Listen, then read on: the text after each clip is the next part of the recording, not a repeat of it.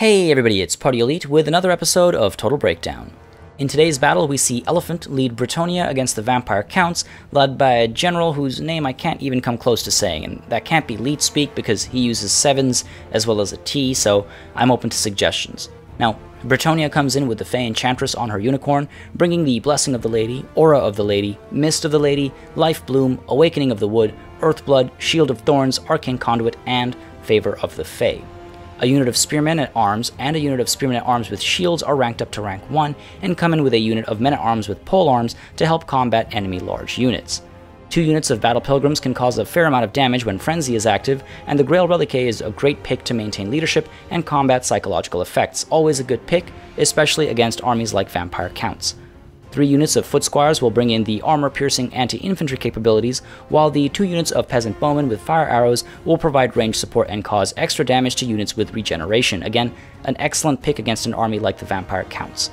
The Grail Knights will provide some anti-large support that's faster than the men-at-arms with spears and polearms, and the Grail Guardians will do well against enemy infantry. Finally, the Royal Pegasus Knights bring in the added mobility of flight and will do great against enemy large units. Manfred von Karstein leads the Vampire Counts on horseback, and he comes in with the Curse of Undeath, Life Leeching, the Hunger, Spirit Leech, the Purple Sun of Xerius, the Fate of Buna, Invocation of Nehek, Raise Dead, Wind of Death, Master of the Black Arts, Red Fury, and Undeath Resurgent. The 2 White Kings accompany him on horseback but bring nothing but themselves and their horses to the field, and then we've got 5 units of Skeleton Warriors, 1 ranked up to rank 3, the rest to rank 2. It seems the vampires were hoping for some low-tier Bretonnian infantry, or at least the ability to bog enemy units down. The 4 units of Graveguard provide some anti-infantry capabilities, while the 2 units of Blood Knights will do well against Bretonnian anti-large and regular cavalry, as long as they avoid any spears or halberds. Alright, as always, we're going to start with a conversation about deployment, and because of the map, it gets pretty interesting here.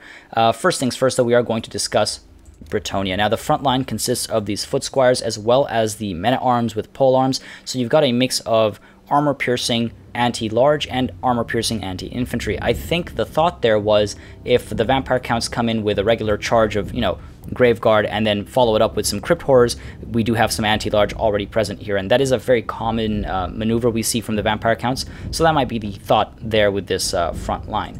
Off to the side here to the right, we do have these Spearmen at Arms with shields, and again, these guys are able to, come in from the rears or provide some support if some Crypt Horrors decide to come charging in, or of course, if anything decides to come in from the sides or coming in from the rears and flanking in, these guys are able to respond and intercept and, of course, cause a decent amount of damage. We do also have this other unit of Spearmen at Arms to the side over here, guarding these 2 units of Peasant Bowmen with their fire arrows. Again, if any fell bats decide to come in, or if there's any, aggression towards these Peasant Bowmen once they are unveiled, the Spearmen at Arms are there to protect them. Right now, these guys are all hidden, of course. The Royal Pegasus Knights back here also able to provide some of that support, the anti-large support back here if necessary, or obviously able to fly around and provide support to the rest of the army wherever necessary.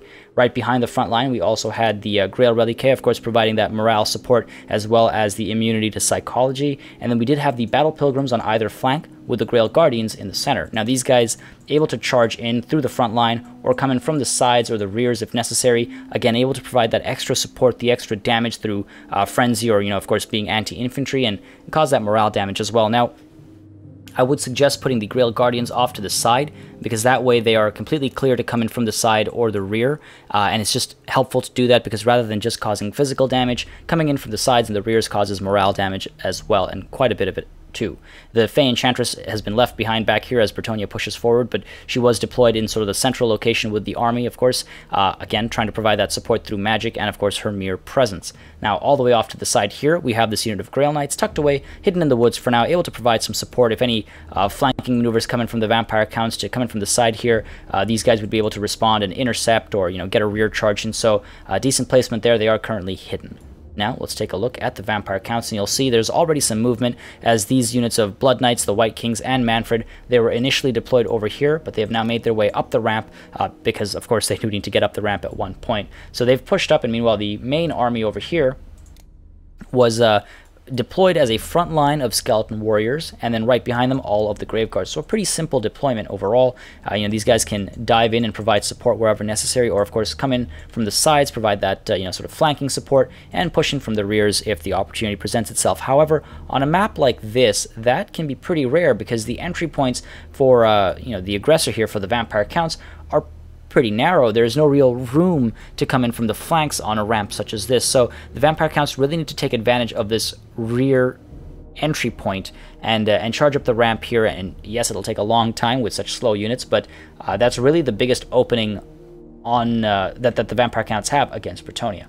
Now, as we push forward, you'll see the Bretonnian army is nudging forward slowly but surely, wanting to keep its defensive position. There's really no need to be too aggressive here, so holding its defensive position and having spotted all of these large units over here, rearranging a little bit. You'll see the Royal Pegasus Knights pushing this way. We've also got this unit of Spearmen at Arms with their shields pushing this way. The Grail Knights have decided to reveal themselves and are pushing this way, and in just a moment you'll see this unit of Spearmen at Arms as well, abandoning the Peasant Bowmen with their fire arrows, and the Men at Arms with pole arms as well pushing forward, because the Bretonnian general probably thinks he's seen all of the Vampire Count large units and has decided, of course, quite logically, to push all of the anti-large units in that direction. There's no reason to keep them over here, especially if he's seen the army and there's no real large capabilities here, so able to pull away and really concentrate on the threats accordingly.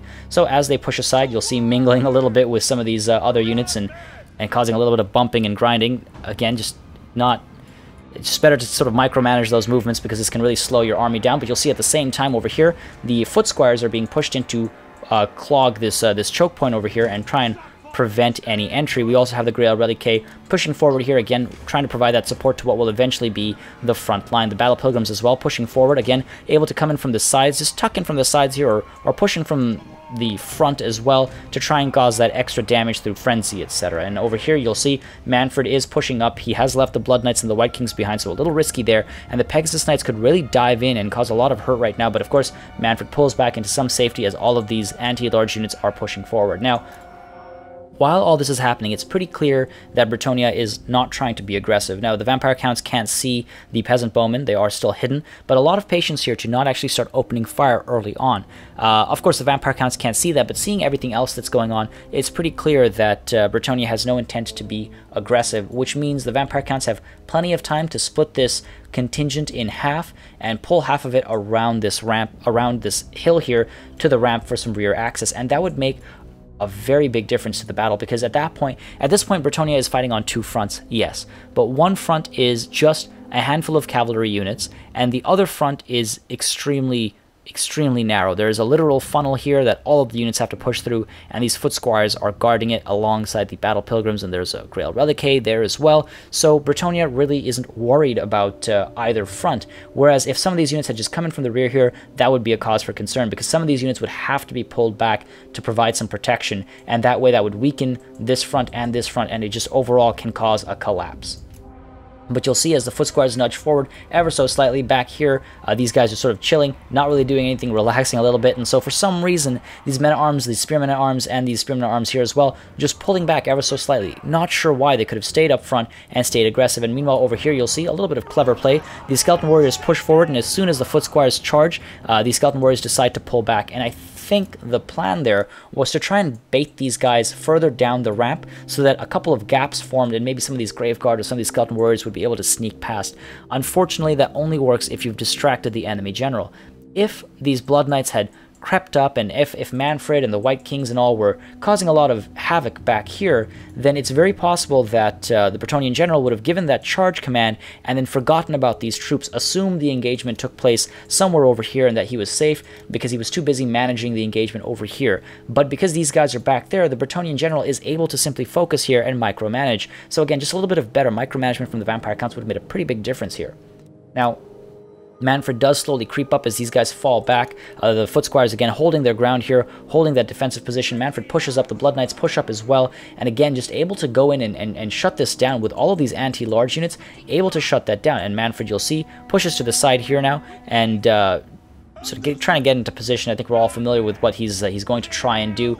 And again, just no commitment from Bretonnia here. The Royal Pegasus Knights are very much in the clear to dive into Manfred here. Now, yes, Raised Dead is a little frightening, but we do have these men-at-arms with pole arms, as well as these spearmen-at-arms with their shields able to dive in. The Grail Guardians, though they're anti-infantry, can come in a pinch and provide some support. And over here, we do have the Grail Knights as well, able to sort of push in from the rear, or, you know, try and at least occupy some of these Blood Knights if necessary. So very little commitment from Bretonnia, which is it's unfortunate. You need to be a bit more aggressive to try and shut down potential enemy plays. Now over here you'll see the Battle Pilgrims as well reforming a little bit, able to still dive in from the backs of their allies here and dive into the front lines and provide that support. And again, just being a little too relaxed, trying to take their time here, and you'll see as a result of that, perhaps it's because it came in from a strange angle. I mean, we're used to seeing enemy generals fly in from the sides or ride their horses to the sides and open up a wind of death, but perhaps because it came in swerving up there and sitting over here, this was missed or simply not predicted, even though it might seem pretty obvious in retrospect. Manfred is sitting there atop his horse, and he unleashes a very, very deadly wind of death. Look at that. That first unit of foot squires basically at half health. The second unit of foot squires gets completely destroyed, absolutely devastated, and that third unit of foot squires as well completely obliterated. A very well placed wind of death, not able to micromanage his way out of it. The Bretonnian general allows all of his foot squires to fall apart, and take a look at that one unit already about to shatter, the other unit as well very close to shattering as well. And again, it might just be because of that slight distraction up here with all of these Blood Knights pouring out, the White King as well pouring out, forcing these Grail Knights back, just not able to keep an eye on the front lines. And that's why it's a good idea to stagger your frontline deployment when you have an opponent who has something like the Wind of Death available, because that way there's no straight line. So if you sort of stagger the deployment where you've got like one unit up here, one back here, and one in the middle here, you still clog the hole up, you still clog up all the gaps, but a single Wind of Death isn't able to cause that much damage. You'll see one unit has already given up, completely gone, and this last unit as well routing currently, and only 17 foot squires left here. Manfred has got 180 kills off of that one Wind of Death, so great play there, great move. Meanwhile, over here, still a little afraid to commit. You'll see these Blood Knights here pulling away. These Blood Knights as well, not really engaging with anything. These men-at-arms with pole arms just standing there. These guys as well, not diving in. The Pegasus Knights could really, the Royal Pegasus Knights, sorry, could really bog down Manfred, and these guys could dive right in and cause a lot of hurt. And meanwhile, these Spearmen-at-arms with shields could bog down some of these Blood Knights here alongside the Grail Guardians as well as the Grail Knights. They could do a lot of work here, but because of that fear of maybe commitment, maybe a deep-seated fear of commitment, or the unwillingness to commit to an engagement, causes a lot of trouble. And you'll see right away the Vampire Counts now pushing up the field. Unfortunately, they were pulled back just a little bit too far because they have a lot of ground to cover now, but this is great timing, creating that giant hole, and now able to pour in. And once the floodgates are open, really able to pour in with all of these Skeleton Warriors, the Grave Guard just able to push right through. Unfortunately, they had been pulled back just a little bit too far, and that's a lot of distance to cover for some pretty slow units, and these Battle Pilgrims are responding right away, going in to plug in the hole. So unfortunately, these Skeleton Warriors and the Grave Guard have been pulled back too far. If they'd been pushed forward at the same time as that Wind of Death had gone down, they had maybe a little bit of a chance to push through, but again, the best move would have actually been to move a large chunk of them to the side here and come in from the rear, because again, the Bretonnians are even more dispersed now and even further weakened with those 2 units of foot squires completely wiped off the field.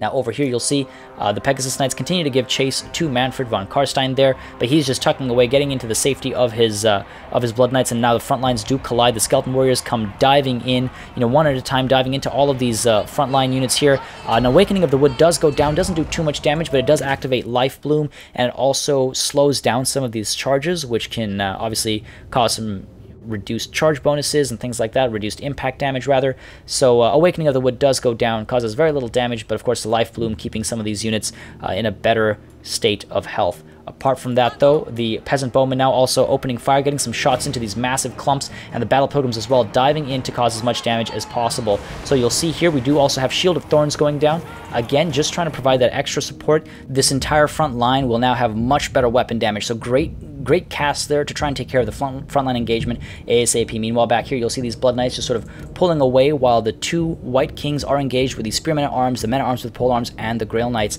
The Blood Knights really could have pushed in there and taken care of these Grail Knights very easily, or, you know, pushed in down here and taken care of these Grail Guardians very quickly. But you'll see here the Grail Guardians instead being pushed in towards the front. Now, they are anti-infantry, and they can do a lot of damage here. Now, over here, you'll see the Peasant Bowmen themselves also opening shots off into these clumps, so they have very little chance of actually missing. Because the Vampire Counts are presenting such sweet targets in these massive clumps, you'll see the Peasant Bowmen doing a fair amount of damage. And again, I say this multiple times, and I'm going to say it this time because it's particularly important. This is useless. All of these guys clumping in together, absolutely useless. You need to pull some of these guys around and come in from the rear. And the reason why it's different this time around compared to every other time around is because this is an approach you need to have to this map as a whole. You need to know that there are choke points on the battlefield. Knowledge of the terrain is absolutely important. So having that initial plan in your head to know you have to make this sort of move potentially if the opponent has deployed on the plateau is very important. Unfortunately, in this current situation, the Skeleton Warriors are mostly the ones who are engaged, and they're being very quickly taken care of, whereas the Graveguard are sort of standing in the back, sort of waving their swords around, hoping to get their chance at swinging and killing some of these mortals. You'll see already we do have some weak binding kicking in. A lot of these guys are going to start crumbling, especially with all that support from the range fire. The Grail Guardians as well were able to dive in, and now they're going to get a lot of damage done. Meanwhile, up here, you'll see this unit of Blood Knights did ultimately dive into the Grail Knights, but these Royal Pegasus Knights now able to dive in and cause a lot of damage. These guys are anti-large. They're coming in with a very hefty charge bonus, and so they will get a lot of hurt in. And you'll see over here as well, these Blood Knights, for a moment, they'd engaged the Spearmen at Arms, but then decided that's obviously a bad idea, and decided to dive into this unit of Grail Knights instead. Unfortunately, of course, the Royal Pegasus Knights were introduced into the fray here, so that's not going to be the best situation. We do also have this unit of zombies being brought up, again, able to bog down and absorb some of those hits in this sort of contingent, or in this blob over here. So not a terrible idea, but this unit of Spearmen at Arms really should have been sent in to charge into these Blood Knights from the rear. They do get pushed forward ever so slightly, but ultimately they decide to stand steady and watch as some of their brothers get completely killed. So they really should have been pushed in to try and take care of these Blood Knights. Meanwhile, back at the front line, you'll see the Peasant Bowmen continue to open fire, causing a lot of damage, a lot of morale damage, a lot of physical damage, and once again, we have some great magic use here. Earthblood does go down nice and early, making sure that it's able to get the most use, because again, not bringing anything back from the dead with Lifeblood, or with Earthblood, sorry, so just trying to recuperate some of the damage done here, especially to some of the more important units that are, again, holding this choke point.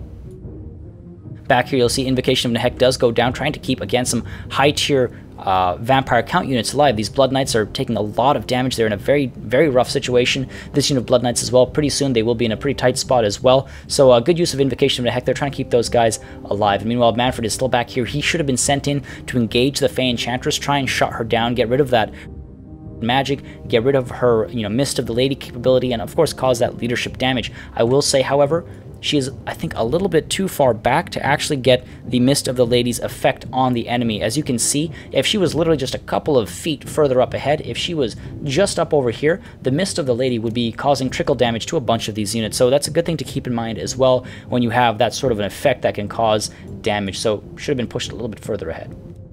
Now, as we resume into full speed, you'll see those Spearmen at Arms still standing there looking pretty. These Peasant Bowmen continue to open shots off, and finally you'll see these guys starting to crumble a little bit over here in the front line, and great Awakening of the Wood here. Now, Awakening of the Wood is, yes, it causes a little bit of magical damage, but that can really throw units over if used correctly. You'll see these guys take a lot of damage as Manfred back there dives into these Peasant Bowmen, so as he gets a good hit in there to prevent that fire from coming in. You'll see Awakening of the Wood goes down and causes a fair amount of damage, a middling amount of damage to these units, but more importantly, it causes morale damage. And you'll see, because of that morale damage, a lot of these guys can be sent into crumbling alongside everything else that's happening. So Awakening of the Wood does have its uses, especially in such clumps. Now over here, as I mentioned, Manfred does bog down that unit of Peasant Bowmen, and this unit of zombies does get risen from the dead to also bog down this unit of Peasant Bowmen. So great work there, shutting down the ranged fire finally, but not before they've done a lot of damage already. You'll see a lot of crumbling going down in the front lines. These guys are starting to give up very, very readily. Meanwhile, back here, you'll see the Fey Enchantress does pop up over here, perhaps to provide some support. Again, not close enough to get the Mist of the Lady's effect on any of these Blood Knights. And you'll see the Men-at-Arms here, the Spearmen at Arms, are taking a fair amount of damage. They are up against the White Kings, so they are going to take a lot of hurt. Meanwhile, Manfred was able to take care of that unit of peasant bowmen very quickly, and still this unit of peasant bowmen are being harassed by those zombies. Manfred should have been sent in to take care of the Fey Enchantress. Again, that morale damage can do a lot of work here, and you'll see the Spearmen at Arms over here were finally sent in to attack these Blood Knights from the rear. So they're going to get a lot of work done now that they are finally involved, and now that the Fey Enchantress is pushed in just a little bit further and has triggered Favor of the Fey on these Royal Pegasus Knights, giving them that extra melee attack to cause a little bit more hurt. You'll see she's also getting Mist of the Lady on some of these Blood Knights, on these zombies, and also on the White Kings over here, just the one. So that trickle damage might sound negligible, but it does do a decent amount of work. But again, deciding to pull away, gets just a little bit too far away. Not sure what the thought there was. Pops Arcane Conduit, not a bad idea, never a bad idea. But again, that little support could have made a very big difference. And over here you'll see Manfred now dives in from the rear, so good work there, pulling in from the rear. Also gets Undeath Resurgent going, so you'll see a little bit of melee defense buffs, leadership buffs as well, preventing crumbling. Another unit of Skeleton Warriors being brought up from the dead as well, so surrounding the Battle Pilgrims, great move. They're reducing their morale. That can really do a lot of work, because with the Battle Pilgrims, frenzy is what really keeps them alive and keeps them fighting. So bringing those Skeleton Warriors back and getting them to surround the Battle Pilgrims and reduce their morale can ultimately destroy a unit of Battle Pilgrims. But these Grail Guardians, you'll see, continue to have a field day as Manfred pops Master of the Black Arts again to get some more magical capabilities here, and most of these Skeleton Warriors and Graveguard over on the right, as seen from Bretonnia's side, they're starting to fall apart. They've taken a lot of morale damage, a fair amount of physical damage as well. Meanwhile, back here in this cavalry engagement, you'll see the White Kings are taking a lot of hurt here. The Royal Pegasus Knights, again, under the influence of Earthblood, alongside some of these other Spearmen at Arms, the Grail Knights, as well as these Spearmen at Arms. So again, using Arcane Conduit to get that, to get back the Winds of Magic, to cast a very important spell at a very crucial moment here. Because if these Blood Knights and these White Kings can be taken care of, that definitely puts Bretonnia in the front here. And you'll see these Royal Pegasus Knights sort of pulling away, and they decide to dive right back into these White Kings and cause, again, a significant amount of damage, possibly even, there you go, critical binding, and could even result in crumbling. There you have it. So you'll see the White King there crumbling, soon to die, and in the front here as well, the right flank you'll see beginning to crumble. These Foot Squires were at half health when the engagement started, but because of how the enemy had clumped up, they're only at a quarter health now, so they weren't able to get a lot of work done, and now they're actually crumbling. And back here as well, you'll see the other White King beginning to crumble as well, and these Blood Knights now in a very precarious situation without any of that support nearby. Over here you'll see Red Fury does go down, and another unit brought up from the dead, these Skeleton Warriors coming in from the rears of these Battle Pilgrims. Again, that same thinking. You'll see this unit of Battle Pilgrims very quickly, now that its morale's dropped, very quickly being taken care of, because as I said, Frenzy really keeps Battle Pilgrims going, and there you have it. They've decided to give up completely. So great use of Raise Dead there to try and destroy Battle Pilgrim morale. Now, let's take a look over here. You'll see these Blood Knights have been very quickly taken care of now. Once those White Kings dropped, alongside the Favor of the Fey, alongside all these anti-large units, with the help of the Mist of the Lady, and all the Blood Knights have been made to crumble, and now they will be taken care of, giving the advantage to Bretonnia quite heftily. You'll see, though, these Peasant Bowmen sort of relaxing back there. They're now being pulled into this front line as well, again, to bring that support back, because these guys are all clumped up. So again, if they're just able to get some shots in, with that ranged fire coming in, causing that extra morale damage, these guys can start to crumble as well. But you'll notice the Grail Guardians doing a lot of work. They've got 190 kills already.